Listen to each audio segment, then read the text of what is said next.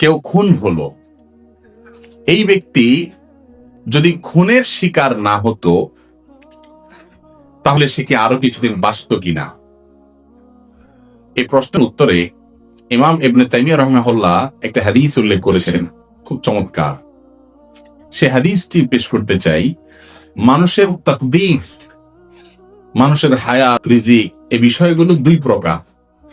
একটা আছে চূড়ান্ত, একটা আছে অচূড়ান্ত। চূড়ান্ত যেটা, এই চূড়ান্ত হায়াতটার মানে হলো মানুষ টোটাল এই পরিমাণ হায়াত সে পাবে।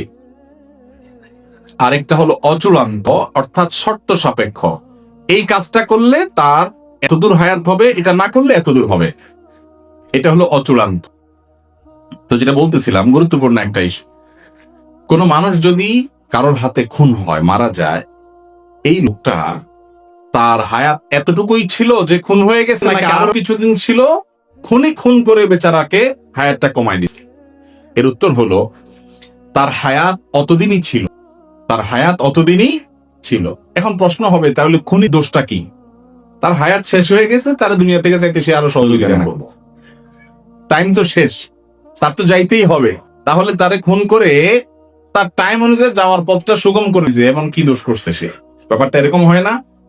দীর্ঘ আলোচনা করার সুযোগ নাই, শুধু এটুকু বলি, খুনিকে আল্লাহ শাস্তি দিবেন এই জন্য যে তার হায়াত শেষ না শুরু এটা নিয়ে তোমার দায়িত্ব নেই। তোমার কোনো দায়িত্ব, তোমার তো আল্লাহ মালাকুল মউত বানায় নাই, বানাইছে। তুমি অন্য মানুষের হক রক্ষা করবে, কারণ জীবন যেন বিপন্ন না হয় সেই জন্য দায়িত্বশীল থাকবে। তুমি সেটা করো নাই, তোমার নিজের রাগের মাথায় হোক, ক্ষোভের মাথায় হোক, যেভাবে হোক, পাপের পথ, নিষিদ্ধ পথ তুমি গিয়েছো, সেজন্য তোমার শাস্তি হবে। আর ওই ব্যক্তির যে মৃত্যু হয়েছে, সেই মৃত্যুটা সময় মতো হয়েছে কিনা, আর সে বাঁচত কিনা, এই বিষয়ে বলতে গিয়ে একটা হাদিস বলছিলাম। ইবনে তাইমিয়া রাহিমাহুল্লাহ হাদিসটি উল্লেখ করেছেন যে মানুষের তাকদীরকে আল্লাহ রাব্বুল আলামিন দুই প্রকারে রেখেছেন, একটা মুবরাম, গায়রে মুবরাম, আর একটা চূড়ান্ত, একটা অচূড়ান্ত। একটা ধরুন, ফর এক্সাম্পল, একজন মানুষের হায়াত হবে 60 বছর, চূড়ান্ত, এইটুক সে পাবেই। আর এরপরে এডিশনাল আরো 10 বছর আল্লাহ তাআলা, কারোর জন্য 10, কারোর বছর 12, কারোর জন্য কোনো মেয়াদে আল্লাহ তাআলা এডিশনাল হায়াত রেখেছেন। এই এডিশনাল হায়াতটা বান্দার বিভিন্ন কাজের উপর নির্ভরশীল রেখেছেন। এর অসুখ হবে, অসুখ হওয়ার পরে সে যদি গাড়ি আনে, এনে যদি ডাক্তারের কাছে টাইম মতো নিতে পারে হাসপাতালে, তাহলে আরো এত বছর বাঁচবে। যদি না পারে, এর মধ্যে শেষ, এই বিপদটা আসবে। যদি হয় তাহলে সেক্ষেত্রে সে এখনই শেষ হবে, যদি না হয় সে এতদিন বাঁচবে। এখন এই যে অচূড়ান্ত হায়াতটা, তাকদীরের যে লেখক ফেরেশতা, তারাও কিন্তু জানে শুধু চূড়ান্তটা কত বছর কে পাবে, আল্লাহ তাদেরকে এতটুকু জানাই দেয়। অচূড়ান্ত যেটা, ওইটা আল্লাহ ছাড়া এমনকি তাকদীরের লেখক ফেরেশতাও পর্যন্ত জানে না।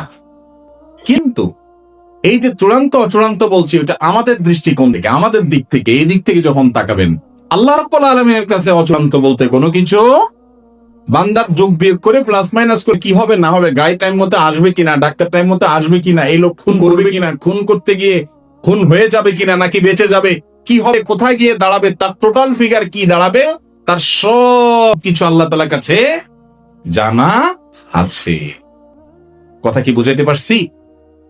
তো খুনিকে আল্লাহ রাব্বুল আলামিন শাস্তি দিবেন তার অপরাধের কারণে, নিষিদ্ধ পথে পা বাড়ানোর কারণে, আর সেজন্য সে শাস্তি পায়। আল্লাহ আমাদেরকে বুঝার তৌফিক দান করুন।